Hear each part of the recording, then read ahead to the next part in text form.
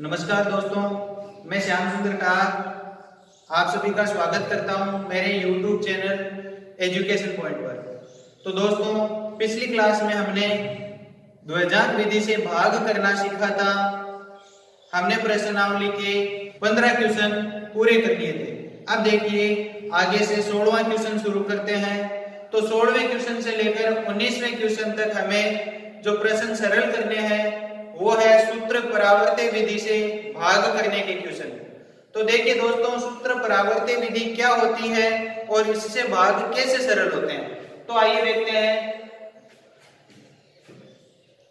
दोस्तों। सूत्र परावर्त्य विधि से भाग सूत्र निखिलम विधि से भाग करने के जैसा ही है।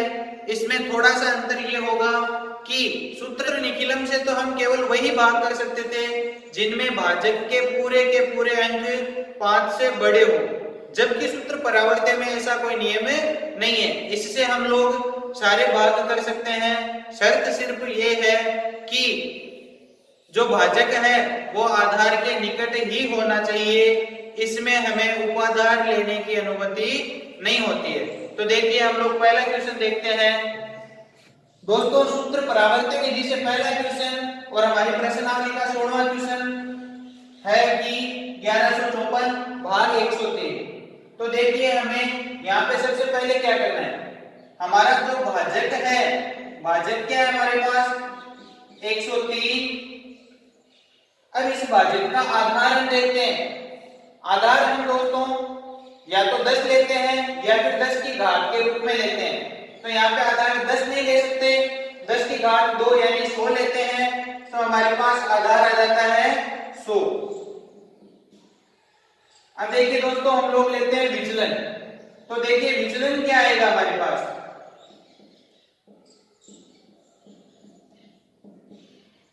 भाजक और आधार में अंतर है 0.3 का, तो हमारे पास विचलन आ जाता है 0.3। अब विधि के नाम के अनुसार परावर्त्य आधारित विधि, इसका हम दूसरा नाम परिवर्तन, परावर्त्य यानी परिवर्तन। तो हम इस विचलन को परिवर्तित कर देते हैं परावर्त्य अंक, परावर्त्य अंक। तो हमारे पास देखिए क्या आ जाता है। जो विचलन है ये 0.3 प्लस का है परावर्तित। जब चिन्ह बदल देंगे तो हमारे पास आ जाएगा माइनस का 0.3। बाकी पूरा का पूरा सूत्र निखिलम विधि से भाग करते हैं। सेम टू सेम वैसा का वैसा ही है। तो हम सबसे पहले क्या करेंगे, एक H सिंबल बनाएंगे। ये बनाया हमने H सिंबल। अब दोस्तों देखिए सबसे पहला काम, आधार में 2 0 है तो हमने जो भाज्य है इसके 2 अंक बाहर की ओर लिख दिए। शेष जो 2 अंक है उसको यहाँ पे अंदर लिखेंगे। भाजक हमारा 103 है तो भाजक 103। जो विचलन है 0.3 तो हम लोग विचलन लिखेंगे। विचलन हमने लिख दिया 0.3। परावर्त्य अंक, परावर्त्य अंक, तो हम लोग परावर्त्य अंक लिखते हैं माइनस का 0.3। माइनस के चिन्ह को हम आगे लगा सकते हैं या फिर इसके ऊपर बार लगाकर भी इसको व्यवस्थित कर सकते हैं। इसके ऊपर बार लगाकर भी इसको दर्शा सकते हैं। तो यहाँ पे हम बार लगा देते हैं। अब आगे सरल करते हैं। तो देखिए जैसा कि हमने सूत्र निखिलम में किया था, पहली संख्या को है जैसे कि जैसे नीचे उतारते हैं तो हमारे पास आ जाएगा 1। इस 1 को परावर्त्य अंक से गुणा करते हैं। 1 को 0 से गुणा किया 0 आ जाएगा। माइनस का तो माइनस लगा देंगे हम लोग, बार लगा देंगे। इस 1 को 3 से गुणा करेंगे तो हमारे पास आ जाएगा 3। इसके ऊपर भी हमने बार लगा दिया। अब देखिए दोस्तों 1 में से 0 घटाना है क्योंकि 0 माइनस का है, जबकि 0 न तो धनात्मक होता है न ऋणात्मक। तो इसके चिन्ह का कोई फर्क नहीं पड़ेगा, इससे कोई असर नहीं होगा। 1 में से 0 को घटाएंगे तो वापस 1 ही आना है। 1 को हमने नीचे लिखा, इस 1 को 0.3 से गुणा करने पर वापस वही आएगा 0। और 3। अब देखिए अंदर की सारी संख्याएं पूरी हो चुकी है, हम लोग बाहर की संख्याओं की ओर देखते हैं तो बाहर केवल योग होता है या फिर हमें घटाना होता है, बाकी कर सकते हैं। तो देखिए 4 में से 3 घटाना पड़ेगा क्योंकि 3 ऋणात्मक है, 4 में से 3 जाएगा तो 1 बचेगा। यहाँ पे 5 में से 3 और 0 को घटाना है, 0 का कोई अर्थ नहीं होगा तो 3 को घटाएंगे, 5 में से 3 गए हमारे पास आ जाएंगे 2। देखिए दोस्तों जो अंदर की संख्या प्राप्त होती है इसे भागफल कहेंगे हम लोग, और जो बाहर की संख्या प्राप्त होती है इसे हम लोग शेषफल कहते हैं। अतः हमारे पास भागफल प्राप्त होता है 11 और शेषफल हमारे पास प्राप्त होता है 21। ये भाग हमारा पूरा हो जाता है। देखिए अगला क्वेश्चन दोस्तों, हमारा अगला क्वेश्चन है क्वेश्चन नंबर 17 जो कि 1358 भाग 113 है। तो हम लोग यहाँ पे देखते हैं जो हमारा भाजक है, भाजक हमें प्राप्त हो गया 113।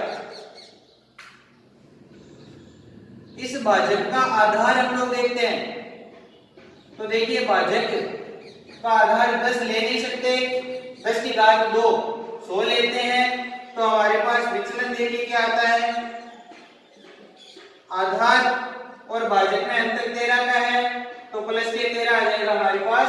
अब देखिए हमारा परावर्त्य अंक, तो हमारे पास परावर्त्य अंक आ जाएगा, संख्या विचलन में धनात्मक है तो इसको हम बदलेंगे ऋणात्मक हो जाएगी, 1 पर भी बाहर आ जाएगा और 3 पर भी बाहर आ जाएगा, यानी माइनस की 13 हो जाएगी हमारे पास परावर्त्य अंक। हमारे पास जो परावर्त्य अंक है माइनस का 13 आ जाएगा। तो देखिए आगे जब हम भाग शुरू करते हैं तो हमने सबसे पहले H सिंबल बनाया,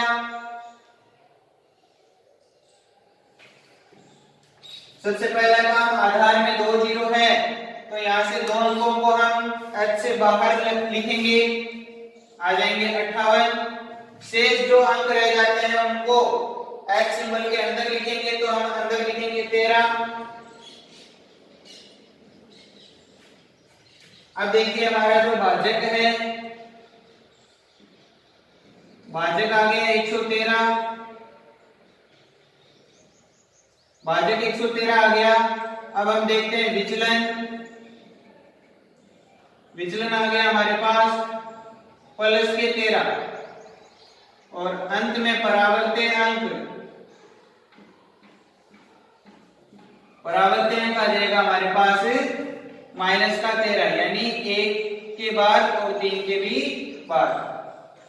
शुरुआत करते हैं तो सबसे पहले अंक को है जैसे जैसे नीचे लिखेंगे, इस 1 को परावर्त्य अंक से गुणा करेंगे तो हमारे पास आएगा 1 और ये 3 में से 1 को घटाएंगे तो हमारे पास आएगा 2, इस 2 को परावर्त्य अंक से गुणा करेंगे तो हमारे पास आ जाएंगे 2 और 3 को गुणा करने पर आएंगे 6, दोनों ही ऋणात्मक आएंगे। अतः हम इन दोनों के ऊपर भाग लगा देते हैं, सरल करते हैं। तो देखिए 8 में से 6 को घटाएंगे हमारे पास आएंगे 2, 5 में से 3 और 2 5 को घटाएंगे तो हमारे पास आएंगे 0। अतः हमारे पास जो भागफल प्राप्त होता है ये अंदर की संख्या होगी, यह आ जाएगा 12 और जो शेषफल है H सिंबल के बाहर की संख्या ये आ जाएगा 2। अतः हमारा भागफल 12 आ जाएगा तथा शेषफल 0.2 आ जाएगा।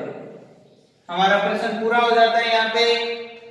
अगला क्वेश्चन देखिए दोस्तों, 18वां क्वेश्चन जो कि 1432 भाग 88।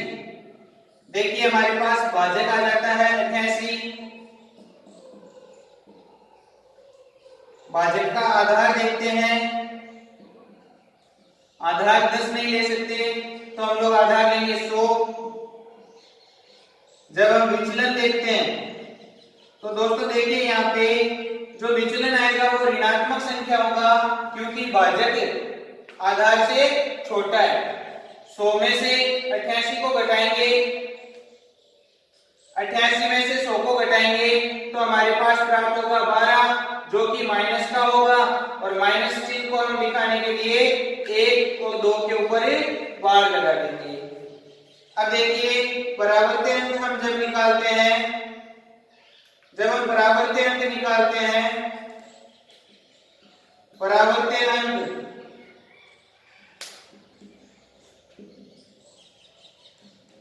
तो हमारे पास आ जाएगा, ये ऋणात्मक है, परिवर्तित करेंगे तो यहाँ पे धनात्मक आ जाएगा। अब हम शुरू करते हैं भाग अपना। तो देखिए सबसे पहले h सिंबल बनाया। सबसे पहला काम, आधार में 2 जीरो है तो भाज्य में से 2 अंकों को बाहर लिखेंगे, शेष अंकों को h सिंबल के अंदर लिखेंगे। अब देखिए भाजक हमारा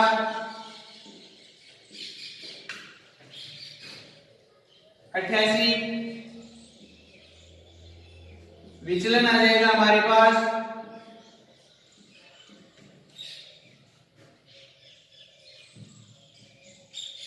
माइनस के 12,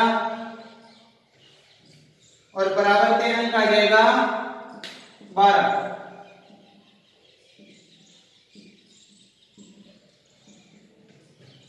यह आ जाएगा हमारे पास 12।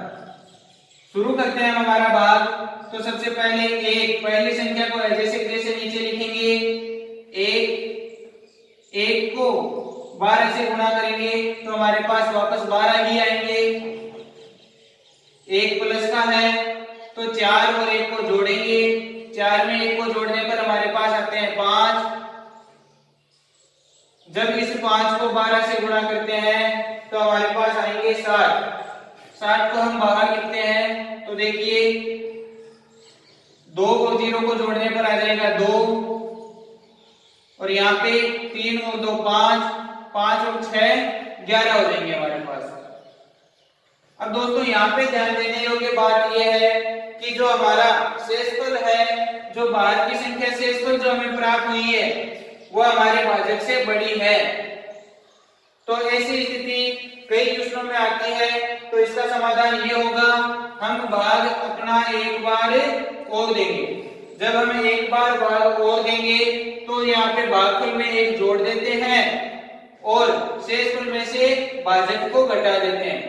तो ऐसा जब हम करते हैं तो देखिए भागफल में 1 जोड़ेंगे तो 15 और 1 हमारे पास 16 आ जाएगा, और शेषफल में से भाजक को घटाएंगे, यानी 112 में से 88 को घटाएंगे तो देखिए हमारे पास 24 शेष रह जाते हैं। अतः जो हमारा भागफल प्राप्त हुआ, अतः हम यहाँ पे लिखेंगे, यहाँ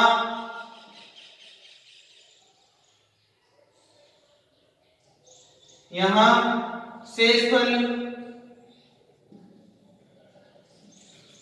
बड़ा है भाजक से, अतः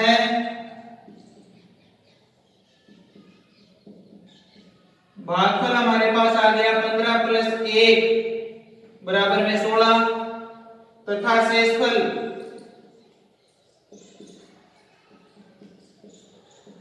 हमारे पास आ जाएगा 112 माइनस का 88। जब 112 में से 88 को घटाते हैं तो हमें 24 प्राप्त होते हैं। अतः हमारे पास भागफल आ गया 16 और शेषफल आ गया 24। दोस्तों हमारा लास्ट क्वेश्चन 19वां क्वेश्चन ये है 14885 भाग 123। देखिए इसको सरल करते हैं तो सबसे पहले जो भाजक है, भाजक हमारे पास आ जाएगा 123। इस भाजक का आधार देखते हैं तो आधार हमारे पास आ जाता है 100। जब हम विचलन देखेंगे इसका तो विचलन देखिए भाजक में और आधार में अंतर कितने का है, तो हमारे पास विचलन आ जाएगा 23। 123 में से 100 को घटाएंगे तो विचलन हमारे पास आ गया 23। अब परावर्त्य अंक के लिए जो विचलन है उसके चिन्ह को परिवर्तित करते हैं, तो प्लस का 23 जो यहाँ पे है इसको बदलेंगे तो हमारे पास आ जाएगा माइनस का 23, या फिर 2 के ऊपर बार और 3 के ऊपर बार। देखिए आगे सरल करते हैं। तो सबसे पहला काम h सिंबल बनाते हैं हम लोग। अब देखिए आधार में 2 जीरो है, तो भाज्य में से 2 अंकों को हम लोग एच सिंबल के बाहर लिखते हैं, शेष जो अंक रह जाते हैं उनको एच सिंबल के अंदर लिखेंगे। तो 1, 4 और 8 को हमने अंदर लिख दिया। अब यहाँ पे देखिए जो भाजक हमारे पास है, भाजक हमने लिख दिया 123, विचलन हमारा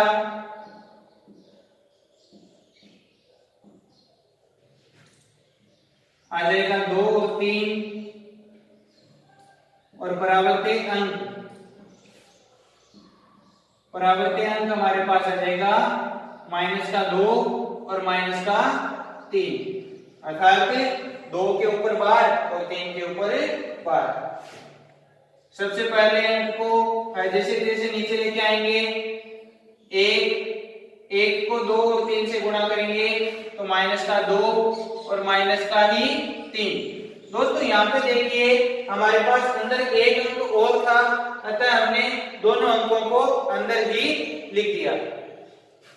अब आगे सरल करते हैं, 4 में से 2 को घटाएंगे तो हमारे पास आएंगे 2, इस 2 को परावर्त अंक से गुणा करेंगे तो हमारे पास आ जाएगा 2 को 2 से गुणा करने पर 4, जो कि माइनस का आएगा, 2 को 3 से गुणा करने पर आएगा 6, ये भी माइनस का आएगा। 8 में से हमें 4 और 3 7 को घटाएंगे तो हमारे पास आएगा, तो हमें 1 प्राप्त होता है। 1 को 2 और 3 से गुणा करने पर आएगा 2 माइनस का और 3 भी माइनस का। अंदर की सारी संख्याएं पूरी हो गई, तो बाहर देखते हैं। 5 में से 3 को घटाएंगे हमें 2 प्राप्त होंगे, और 8 में से 6 और 2 8 को घटाएंगे तो हमारे पास प्राप्त होगा 0,2। अतः देखिए हमारा जो भागफल है 121 होगा और शेषफल 0,2 होगा। अतः हम लिखते हैं, अतः भागफल 121 तथा शेषफल हमारे पास आ जाएगा 0,2। तो दोस्तों यहाँ सूत्र परावर्त्य विधि से भाग करने के साथ ही हमारी पूरी प्रश्नावली कंप्लीट हो जाती है। हमने इस प्रश्नावली में सूत्र निखिलम विधि से भाग, सूत्र निखिलम विधि से वर्ग, घन, ध्वजांक विधि से भाग और सूत्र परावर्त्य विधि से भाग, ये सारे क्वेश्चन कर लिए। उम्मीद करता हूं कि प्रश्नावली 1 वैदिक गणित आप लोग अच्छे तरीके से समझ चुके होंगे। अगर कोई समस्या आती है तो आप कमेंट बॉक्स में जरूर बताएं, मैं प्रयास करूंगा आपको अधिक से अधिक समझाने का। तो दोस्तों मेरे द्वारा बनाए गए वीडियो को लाइक करें, शेयर करें। अगर आप लोग मेरे चैनल पर नए हो तो मेरे चैनल को सब्सक्राइब करना ना भूलें, बेल आइकन जरूर दबाएं ताकि मेरे द्वारा बनाए गए वीडियो आप लोगों तक जल्द से जल्द पहुंच सके। मिलते हैं आपको अगली क्लास में एक नए टॉपिक के साथ। धन्यवाद। जय हिंद।